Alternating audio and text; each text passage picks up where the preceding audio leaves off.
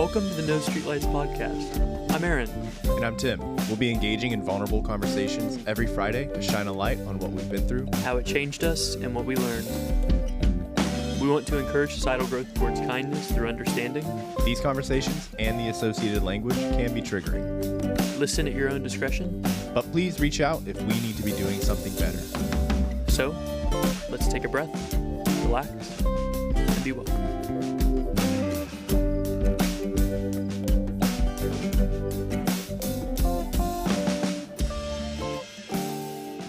Tim, we have a very interesting story today. I'm a very big story lover, so lay it on me, Aaron. Well, we were out and about, checking the pulse on things in the neighborhood, and my delivery driver stopped, said, "I've seen your gigantic flag outside for your podcast, and I'd love to be a guest. I want to come tell you who I am and what I've experienced." So we've set that up today. Everyone, welcome Charles. Hello. Hi. Fanfare. Yeah. Welcome to our show, Charles. Yeah, thank you. Thank you, Tim. I'm the resident FedEx guy. It is known. Yeah, yeah. Or sometimes the UPS guy, because people see the uniform and they just see, it's the UPS guy. He's here. Can't tell you how many times I've heard that. Yeah. The color schemes are so different. You think they would... Or, the big FedEx name on the box truck or, on the uniform. But it never bothers me. Yeah, I would say people just associate their package showing up to whatever word comes to mind. So UPS, FedEx, they're probably just putting it all together and they're just very excited to get whatever it is they ordered off of Amazon or from bbscoffee.com. Yeah, I'd honestly need to get some. I need to try it out sometime because I'm a big resident coffee fan. Ooh. Maybe I'll come over sometime and snag some from Aaron. That'd be a great idea. But I delivered to Aaron. I've seen him rolling around the neighborhood on his rollerblades and his little straw hat. Wait, Yep. You're telling me that this entire time he wasn't lying about that? I thought it was just a joke. No. Oh my is not a God. joke. Wow. The beautiful shining man. It is just Or as glowing weird man. as you think. Because, Wow. out in shorts, so you see Yep, those silkies. really nice defined calves that he has. Yeah. Yeah. Yeah. I mean, if he's actually been rollerblading as much as he's been telling us on this show, I imagine he's got great calves. Good on you, Aaron. Thank you. It's been worth it. I Good. want to thank the Academy. What academy? Well, mostly just Charles, honestly, for noticing. Thank you, You're Charles. welcome. Yeah. and thank you, because it does, when I do get a chance to see you out there, it does brighten my day. I'm sorry that I am now skating a little bit later. Yeah, I typically am there in the beginning of the day. Yeah. Well, Aaron, you've officially ruined Charles' day, so Well, I'll take that in. I'll work on that. We'll go back to the drawing board. I think we'll get him next course. time. of course. I have faith in this team. I think we can do it. Yeah. But Charles, please, we've buried the lead. Who are you, man? You work for FedEx or whatever, but I've been working for FedEx for 9 years. And if you guys have any FedEx related questions, I'm happy to answer, because honestly, the confusion and the communication in this line of work really does not happen as often or as much as it should. But I've delivered in all of Hampton Roads, all over. I know most of it like the back of my hand at this point, probably except for Norfolk, one I have the least experience in. Norfolk being Norfolk, as most people for people would who say. have only seen a map. Yeah, of exactly. course. Yeah, those who Norfolk. don't live locally. So yeah, I've if you're in the Hampton Roads area, you've more than likely seen me at some point in time with this specific hat that I usually wear. The paperboy hat, yep. Yeah, so I was born in Maryland. My mother was in the Navy. I was one of those very lucky to be born kind of children, because my father was in the Merchant Mariners, mother was in the Navy. They just had met at some point. They dated for a while. They split off. I'm remembering correctly, she told me it was about a year later they just happened to both be in the same airport at the same time making connecting flights. It was like Atlanta or something like that. And she saw him, he didn't see her. She thought to herself, I can either go to my gate and never see him again, or I can go up to him and talk to him. She did. And a couple weeks later, I was conceived. Oh. It unfortunately happened to be one of those scenarios where she told him and he decided to leave. So my mom, being the strong woman that she was, just decided, all right, I'll do this on my own. And she did for 4 years until my father reached back out, and he's been a part of my life ever since. So much like Aaron and Tim, I grew up with a single mother. My father was a part of my life, but I saw him maybe once or twice a year. So I grew up collecting father figures throughout my life. And I never really saw my father. And even to this day, I don't see my father as my dad. You know, I just always kind of see him as like a cool guy. And it's never bothered me. It's never caused me issues, father issues, or anything like that. I've never seen it that way. Mm-hmm. I've just been surrounded by adults who have influenced my life in good or bad ways, mostly good, I would like to say. Yeah, so Florida, Maryland, lived there for 4 years, just till about I was 5. And then my mom being in the Navy, we got stationed over in Singapore. Lived there for another 4 years until we finally moved back to Virginia after my mom's retirement from the Navy. Served 20 years, made lieutenant commander. And the only reason why I remember that is because I asked her recently, because for a long time I thought she was a petty officer, and she's like, dude, like, I made way higher than that. What are you trying to say? She's I'm like, like I'm not 8 part. levels above Yeah. that. She's like, I'm Yeah. not part of those peasants. Like, give me the credit I'm due. All right. She's like, ew, enlisted, disgusting. So you mean to say your mother told your father that she was with child, and he was Yes. like, And I don't know he if I'm pieced out. ready. Yeah. Yeah. There was no contact for 4 years. It actually took, and I asked him at some point, just out of curiosity and wanting to kind of get the story straight. I was like, why did you do that? What caused you to change your mind? And I can't remember if I got a real straight answer as to why he left, but you can kind of guess, like, the general, wasn't ready, didn't see himself as a father sort of thing, scared. Mm-hmm. But it took a couple years after he left that he met a woman who had 2 children already, and the 2 of them got married. And after some time, of course, being married, he tells her everything. And she learns that his own father, because he grew up with a stepfather, his own father pretty much did the same thing to him. And at some point, he and his brother had found their father and went to his place of work and tried to meet with him. And he pretty much said, "Get out. I'm calling security. I don't want to know you." Wow. And That's awful. yeah. It took his wife telling him, "Do you want to be like that to your son or daughter?" Because he didn't know at the time. He said, "You know what? I don't." So that's why he became part of my life, and he's been more the happier since. He's always been very supportive of myself and my mother, helping her out with money anytime that she needed, which she really didn't. But they've always kept a very good, friendly relationship. My mother and I are very pragmatic people. I think largely it's due to her upbringing, but also being in the Navy. It was never like you call me ma'am and you listen to everything I say kind of order, structure. She had a very, very much more of a laid back kind of structure for me growing up, for good or for bad, because, I was not the best child when it came to like doing chores or anything like that, or going to school. Same. Well, sort of. Well, I did end up dropping out eventually and getting my GED and just going into the workforce. And my only regret in life truly is taking as long as I did to do that. Because nobody sat down and told me, hey, maybe school's not for you, dude. Maybe just get your GED. Just go start working. You have great work ethic. It's not school related. And that's something I've tried to recognize in others to kind of maybe help give that advice.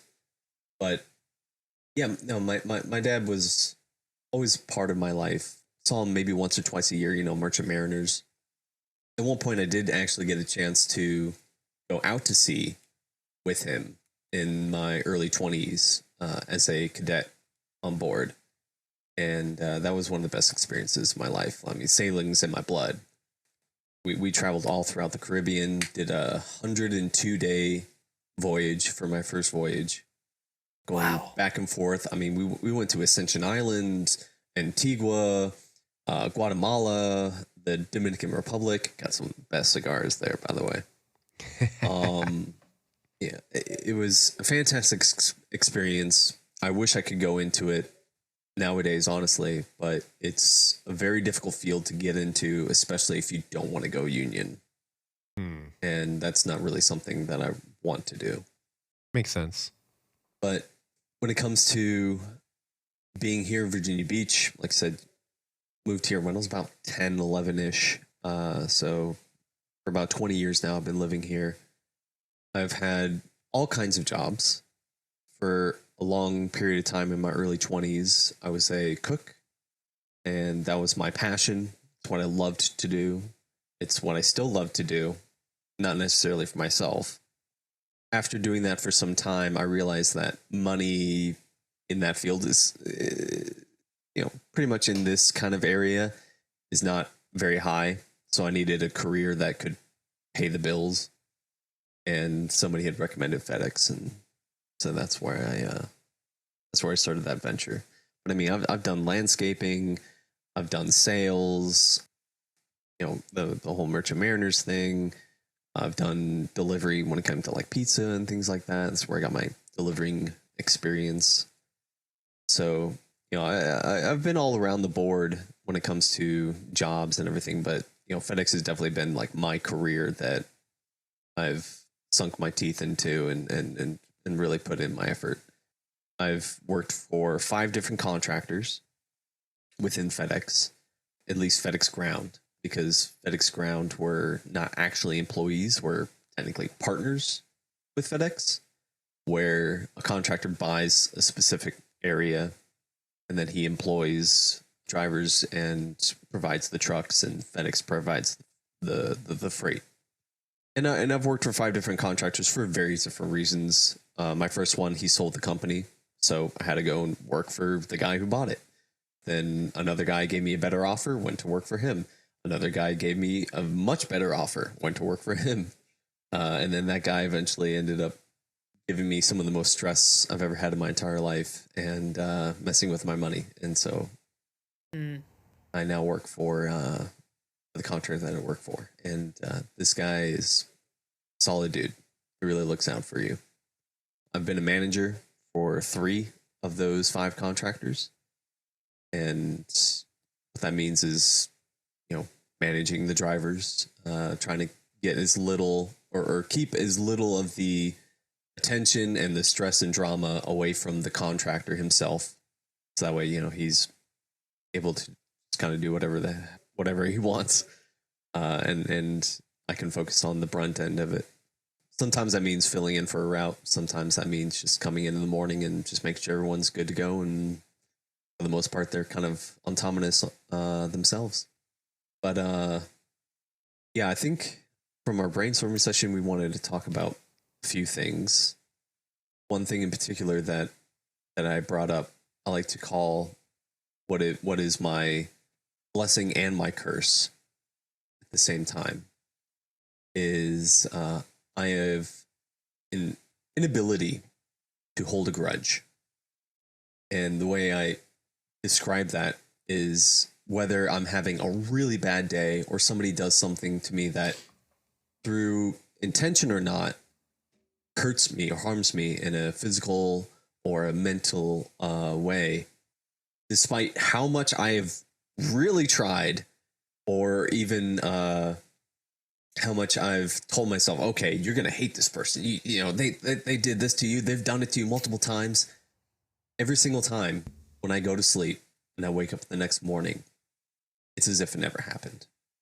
It's not something I can really explain why or like what is the magic cure-all to life in that particular format, but it's something that I want to say I've struggled with, but again, it's a blessing and a curse because people have told me, "Oh yeah, that's a fantastic thing. Like that's something that I wish I could emulate." And I tell them, "No, it's terrible. It means like I can't hate people." But through it, I've learned to make sure that I tell myself, "Okay, you know that you are unable to prevent yourself from not looking at that person in a decent or a good light, even if they have malice or, you know, they just have something against you." So I've learned to say no from that.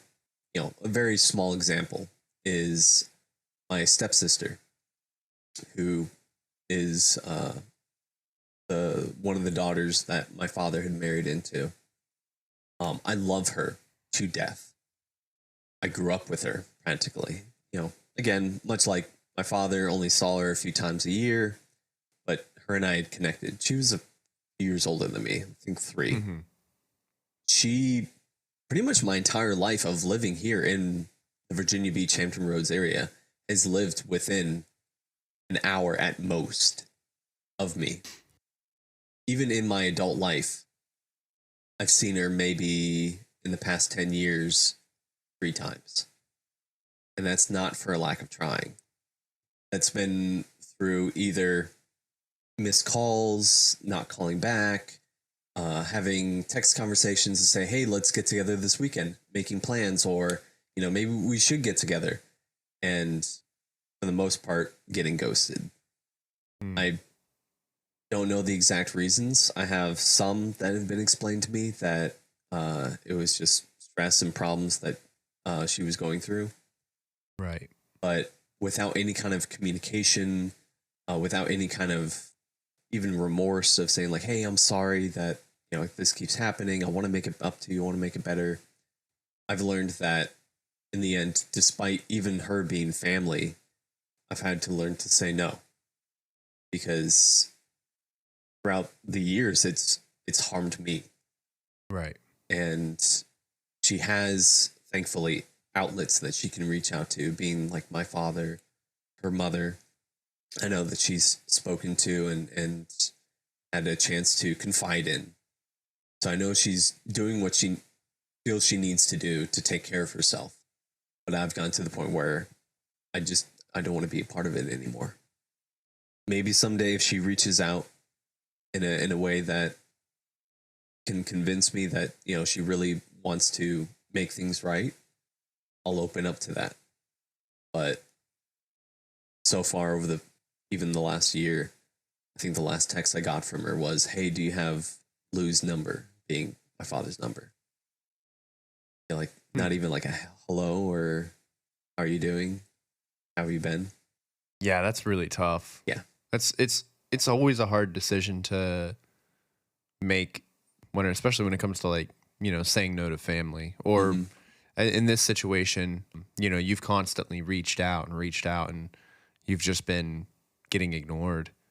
And it's really rough because especially when you were talking about how much you love and adore her, and it's just a shame that she doesn't really want to have that familiar relationship with you. Yeah. Yeah. And I don't know if that is the case, if it's not something that she wants or something she does, because I can't get that conversation out of her. Yeah. And yeah, I should have prefaced that. I'm sorry about that. No, it's fine. Yeah, I just simply mean, like, it's a shame that she hasn't been able to make time. Yeah. Yeah. Yeah, I would use the quiet part of the law of attraction, where you lean into it and it should get closer, not farther. So Yeah. if it's not working, you maybe be able to put your energy somewhere more effectively. Right. Yeah, that's it exactly. Because, like I said, I've had to train myself to say no, because I spent my entire life always saying yes, always wanting to be that guy that was always there for his friends, for his family, for those who needed him. Mm-hmm. That was the man that I wanted to grow up to be.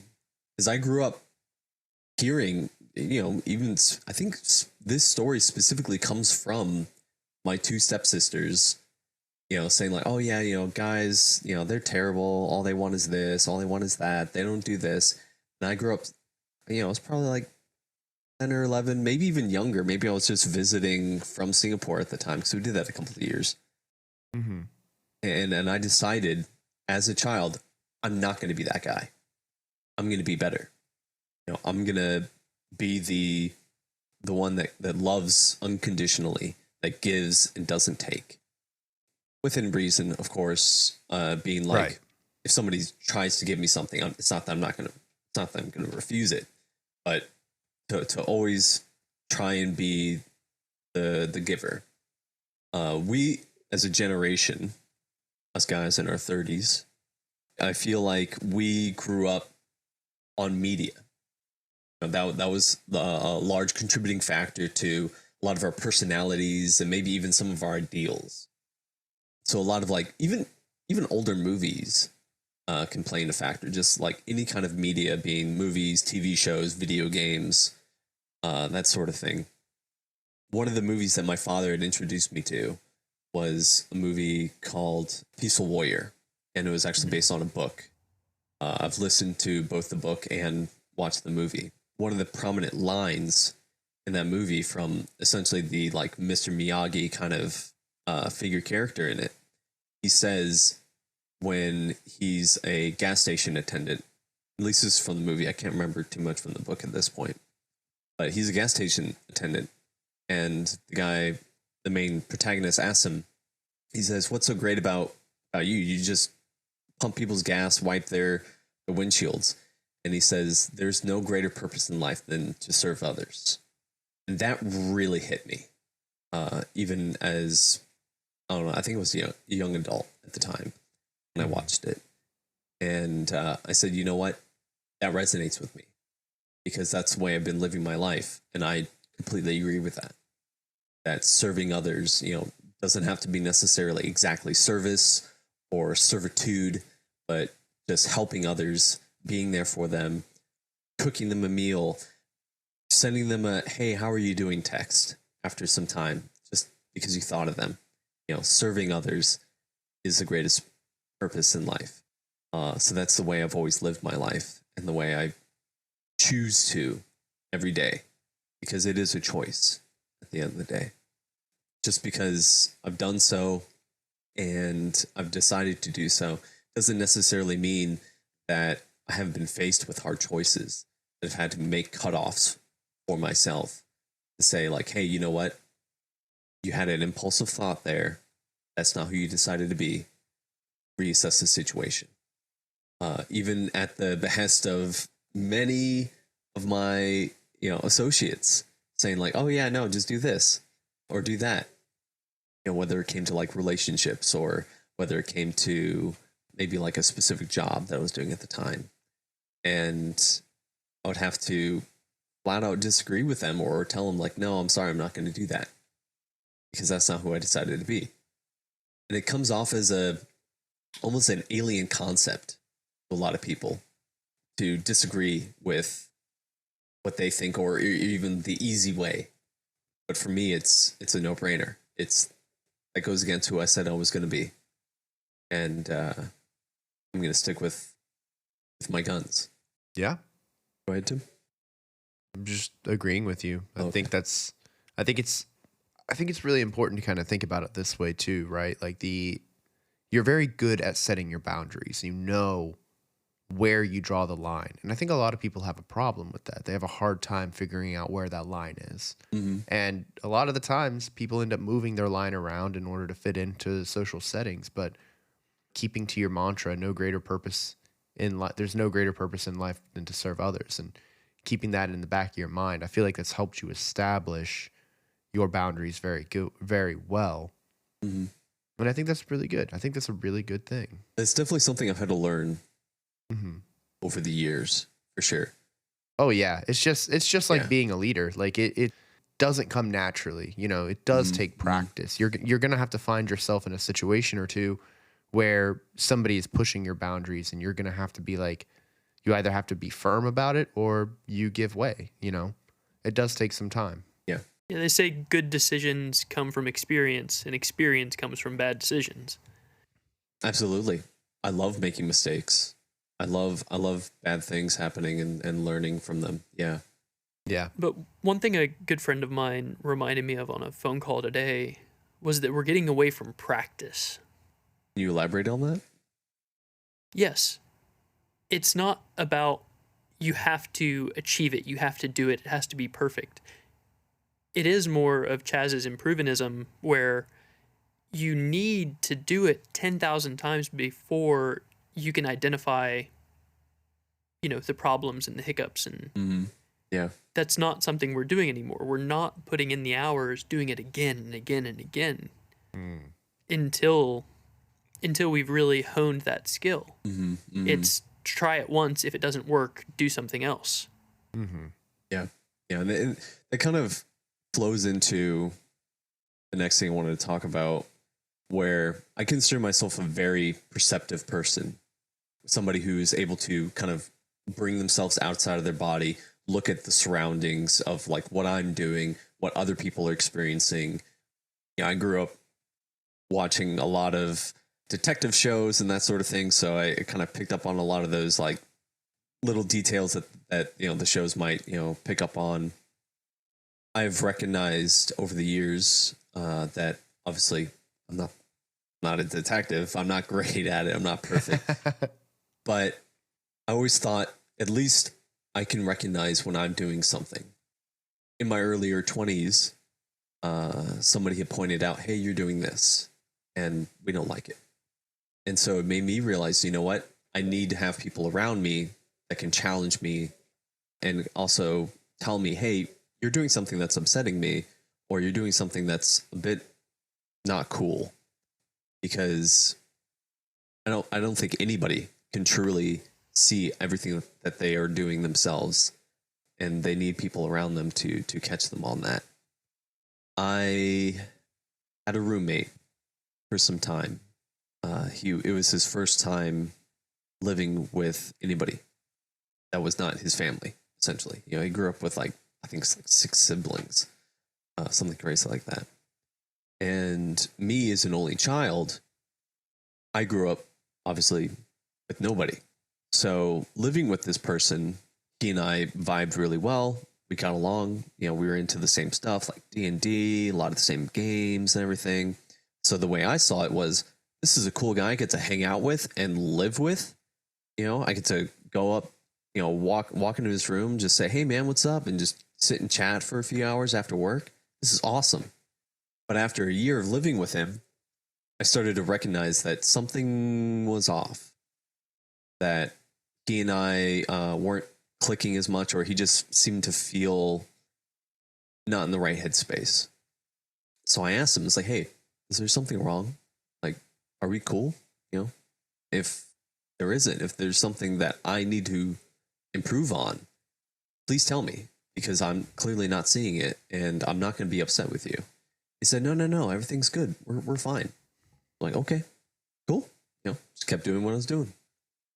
And then eventually when the lease ran up again, we all decided it was time to part ways. So we did.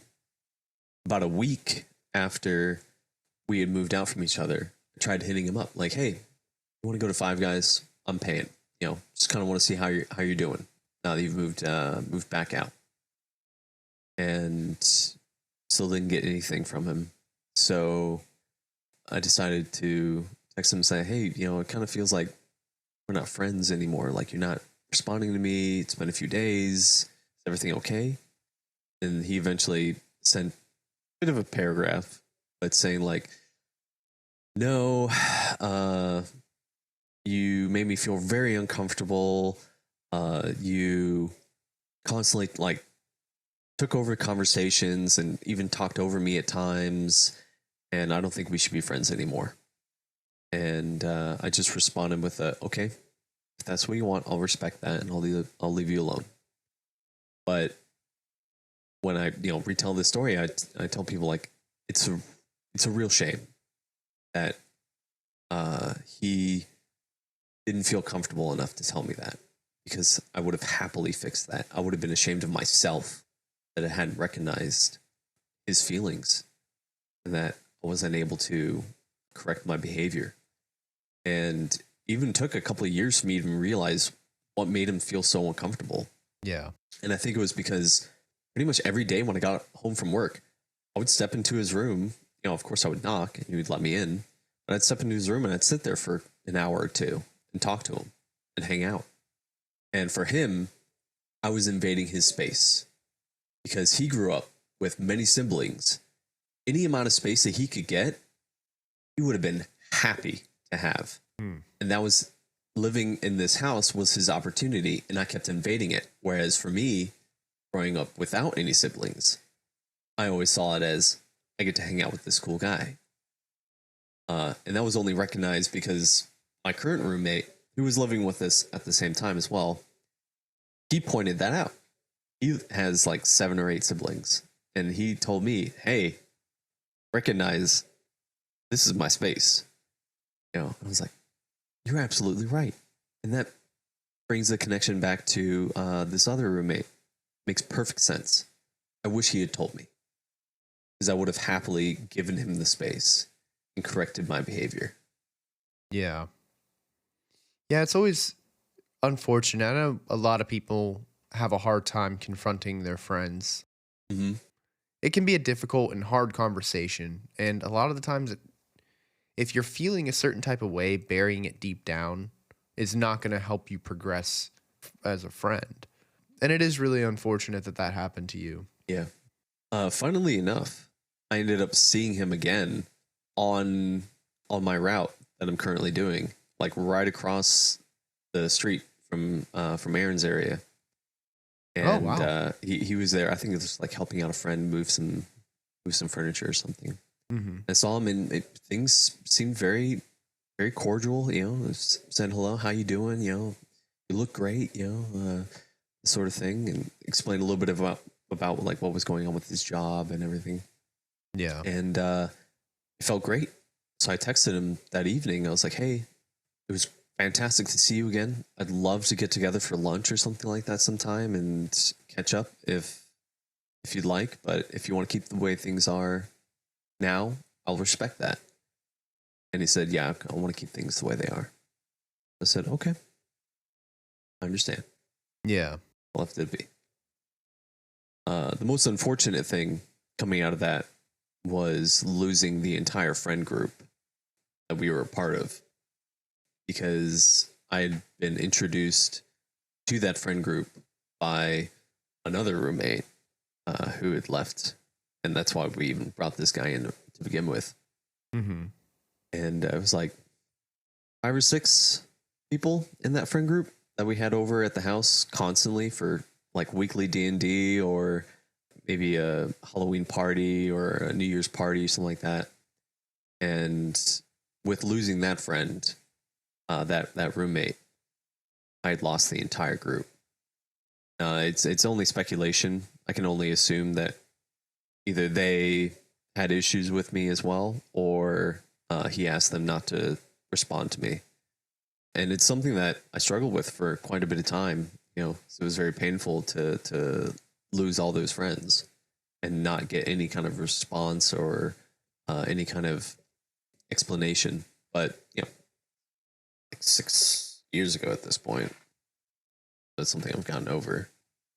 I hope that just goes to show like how important it is to take that leap, take that chance to tell somebody, hey, you're making me feel uncomfortable, or you do this thing that I'm not cool with. Yeah. And present it in a way that can be constructive, or that person can really understand and resonate with. Because I've had fantastic experiences on both ends, whether I'm telling somebody something that they do or somebody tells me something that I'm doing. And we've been nothing but better from it.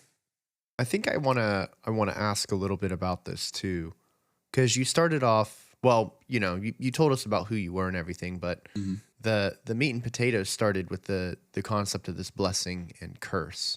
Yes. As you look at it, with the inability to hold a grudge, do you?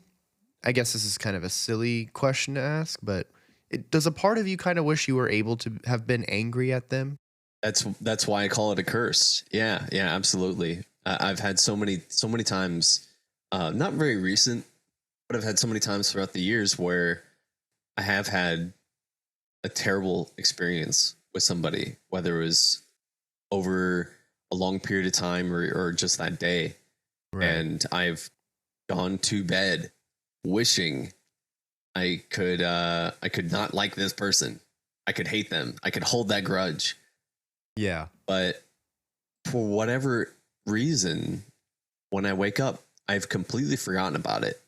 And by the time I'm reminded of it, my mind just can't be bothered to make that effort. Like, you know what? It's just not worth it, dude. Mm-hmm. It really isn't. And I've said that it's something that I've explained to people, and they've asked me, like, what's that secret? How do I hone that? And I wish I could give the cure-all answer, but I really don't have it. Yeah. I have no idea what it is, whether it's something that was just instilled in me, something that was always in me. Maybe it's laziness. I have no idea. Honestly. I don't know if I would call it laziness. I would honestly just, if I had to take a guess at it, I would probably just say that you have a pretty high emotional maturity. You talked about how you're a pragmatic person, so you probably understand that lingering on an emotion doesn't really benefit you in any way, shape, or form. No. I know you've mentioned that you also are into meditating and things of that nature, so I'm sure a lot of these factors are just kind of piling on and helping you be able to not just let those emotions settle in your brain and fester. Yeah. I would say you're just acutely adept at being able to move from your survival mindset to your executive functions a little bit easier than the person next to you or so on.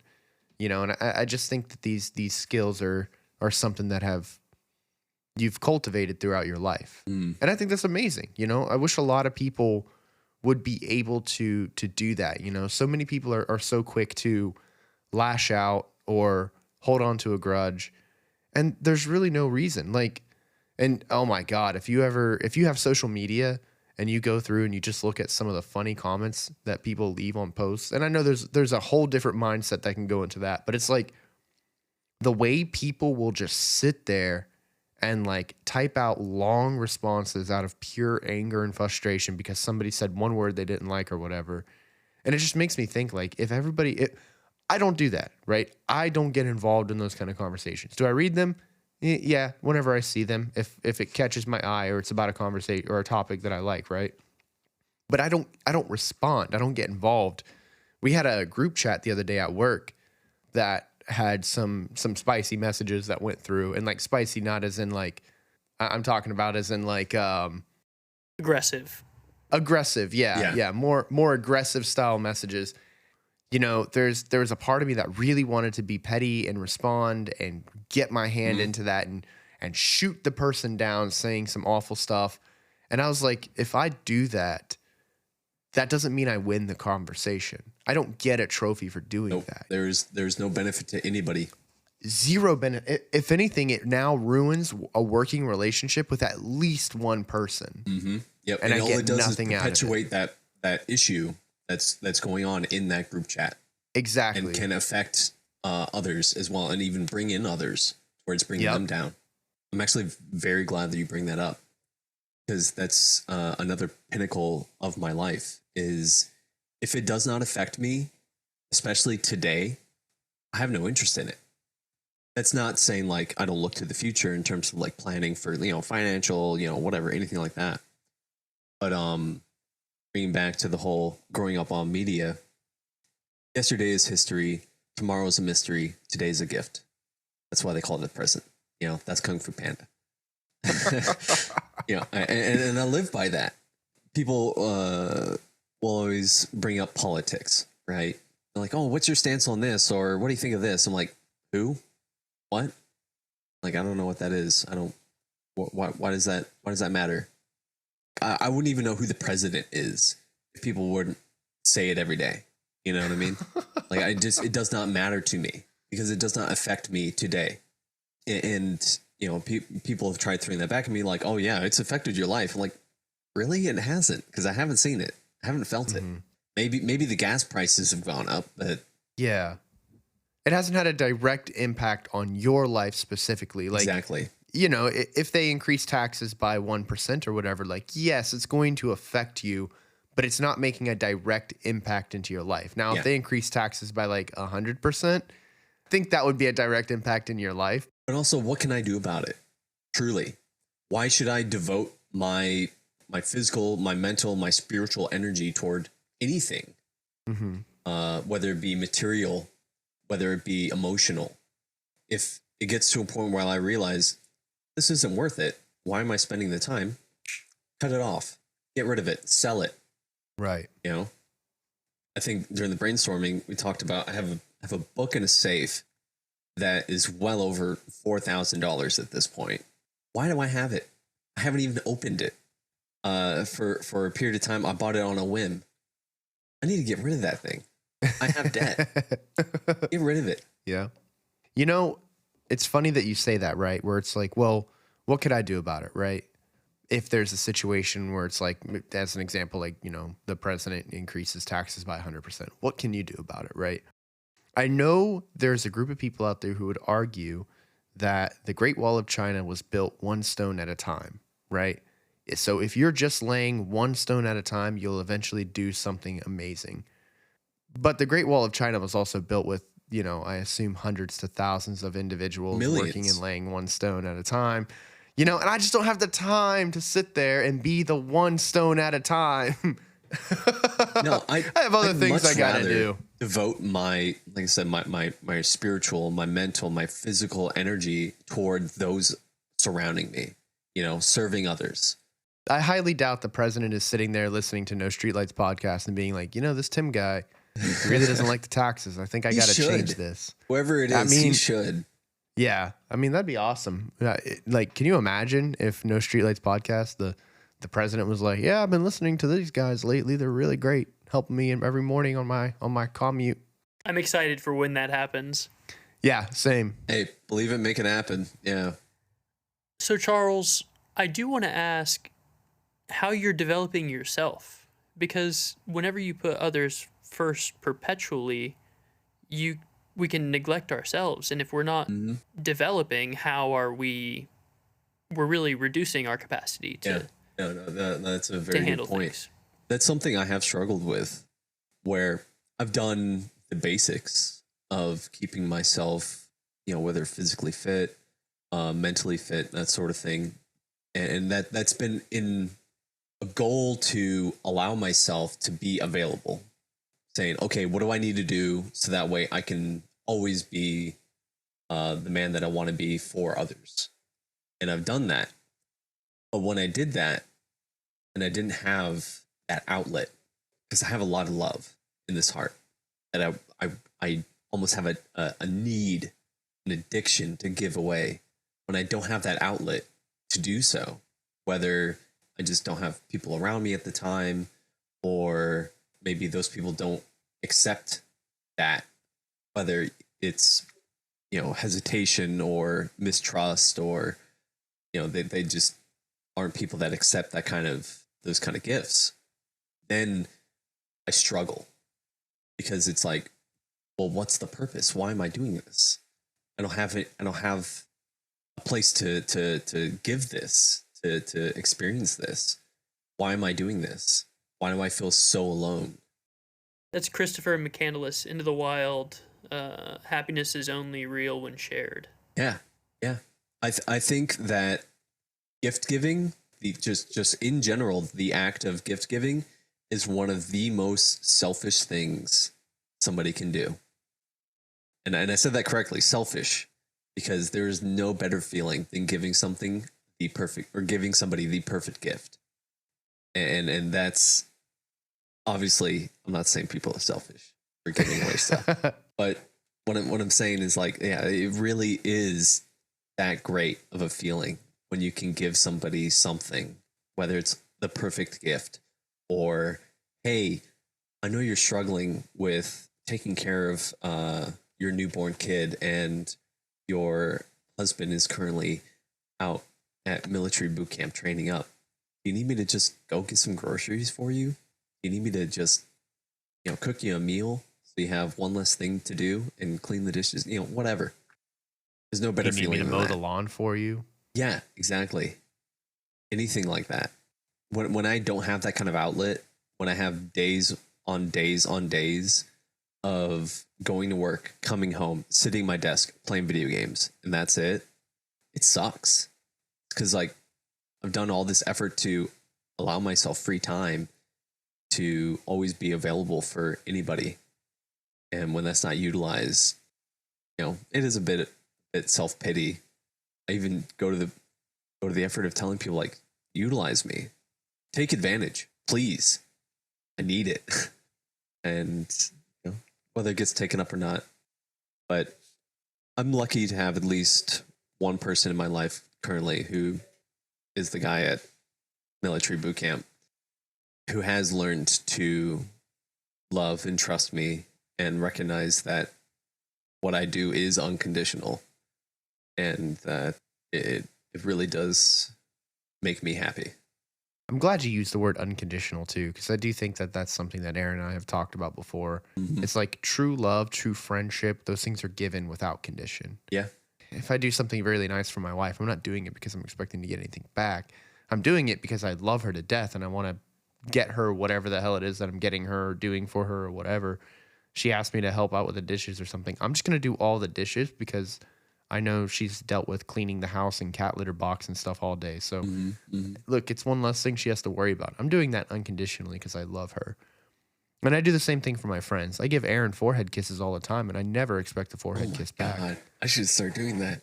He should. I He love loves that. those. I love Yeah, they that. help him sleep. They help him sleep. Is it like through FaceTime, like little? No, I fly back to Norfolk. It's about God. it's about an 8-hour, 10-hour flight. It's not that bad. And I just land, I give him a forehead kiss, I'm back on the flight, and I'm back at work. You must have a lot of miles. Yeah, my Your Delta reward Sky points, miles just yeah, hit 3 million the other day. Damn. Oh God, Delta? What a Chad.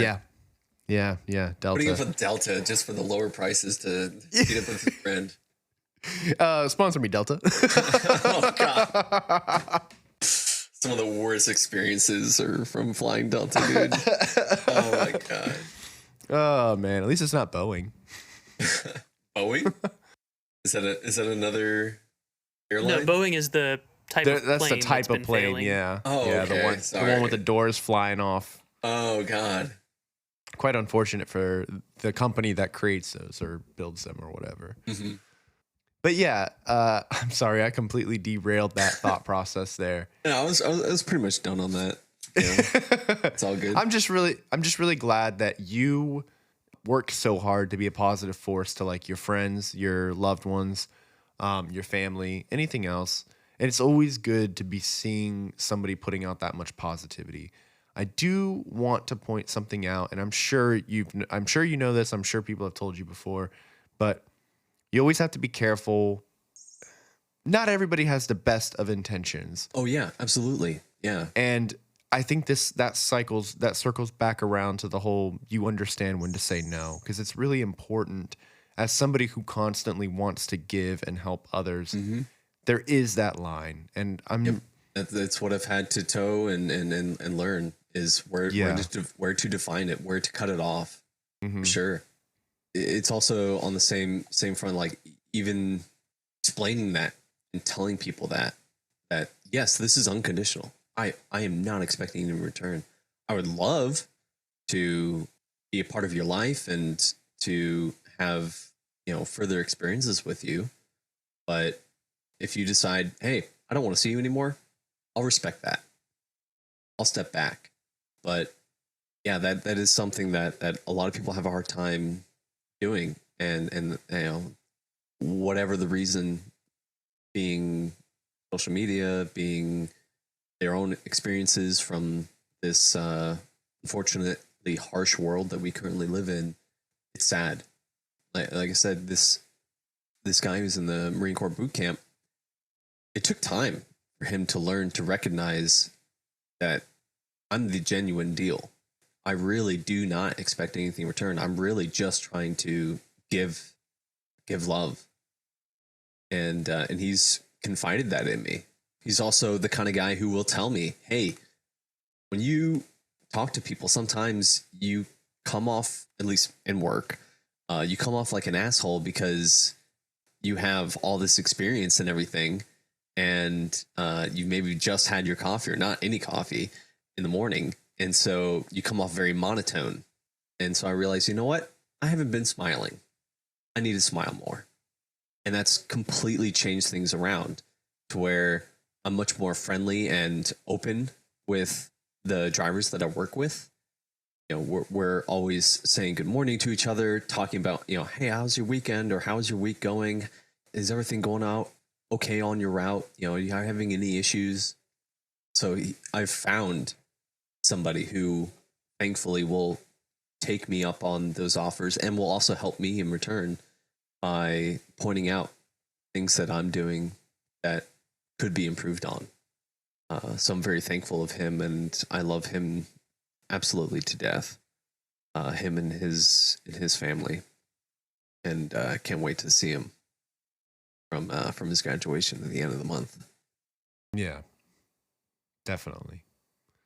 Well, we are approaching up on the 1 hour mark. Mm-hmm. Yep. Aaron, you've been kind of quiet. Do you have any closing thoughts or anything that you want to talk about? My recommendation Yes. would be community seeking. Yeah. Yeah. My big recommendation would be to find like-minded individuals. That I truly think that's what's next is more community connect. You know, after the pandemic and everyone getting disconnected. Yeah. Yeah. I think that's the next step. Well, I hope I've found at least two more here today. Once I had started listening to the podcast, I realized these guys are with it. They got it. You know, they may not Thank you. fully understand everything in terms of like they're just learning, much the same as I am. I love this podcast. I love all the guests that you guys bring on, all the different introspections that they provide. And even if some of them have made me feel uncomfortable, it's caused me to realize, hey, this is making me feel uncomfortable for a reason. What do I need to, you know, meditate and digest here? Mm-hmm. And it's been nothing but improvements. I'm really loving the work that you guys are doing. Thank you for having me on. I look forward to seeing you out on the streets again in them rollerblades and maybe sharing a cup of coffee. No doubt. Also, I got a couple coats that I plan on bringing by at some point because excellent. Yeah. I'd heard in one of the most recent episodes that you're accepting coats for those in the area that are in need. And I'm happy to. Yeah, this past winter we that. gave out a lot of coats, and I found out about a community center here nearby that provides services. So check them out. The one off of North Wichita. Yeah. Yeah, I deliver there too. Excellent. Small neighborhood. But yeah, honestly, Charles, it's been a pleasure having you on the episode. Thank you so much for the kind words about the podcast, and thank you so much for letting us get to know you and be able to talk to you. Yeah. I know you're a cat dad. You're a like-minded individual with Aaron and I. You got a beautiful Bengal that we haven't got to see in the video yet this time. Yeah, I think she's running around somewhere asleep, possibly by the window catching some sun. I'm usually gone at this time of day, so. Yeah, doing Bengal things, I'm sure. But you're a wonderful cat dad. You love Dungeons and Dragons. We didn't really talk about it, but you have a BioShock tattoo. BioShock is an awesome game series. Yeah. I haven't played them. There we go. That's sick. I haven't played them, but I know about them, and I 100% love them. Yeah, it is my hands down favorite game, the first one. I love all three of them, but the first one was that piece of media, just period, that shocked me. No pun intended, I guess, and really made me question something about myself. To be like, wow, that's crazy. That, without giving away spoilers, the first game, highly recommend. Hell yeah. I know it's a good game when my wife is like, yeah, I love that game. Oh, wow. Yeah. Good on her. Heck yeah. Thank you. Right? I appreciate that. But again, Charles, I'm really glad that you saw the flag. Me too. It got me through a pretty rough patch of slipping a disc in my back and having to drive around and have somebody carry all my packages for me. I felt like a fresh neutered puppy that had a cone on for 6 weeks. Couldn't do anything, Some driving Miss Daisy. But yeah, Charles, do you have any closing thoughts or? No. We went over quite a bit. If you guys, like I said, if you have any FedEx related questions, I am happy to answer, because there is a lot of miscommunication that goes on. But thank you for having me on. Thank you for doing what you're doing, and I look forward to the future. Well, Charles, thank you for shining with us, and a huge thank you to all of you for listening. This has been Aaron and Tim with Charles, the local FedEx guy. A massive shout out to Hyland Markle for the original music. Share this episode with somebody who could benefit from it. Let us know what you want to hear our take on. Or message us to do a collab. All pertinent links can be found in the episode description. Be good to yourselves and each other. We love you. Peace. Legal disclaimer. Our podcast is for entertainment purposes and cannot be substituted for professional medical advice. If you need help now, please call 911 or 988 for immediate intervention. Bye. Bye-bye.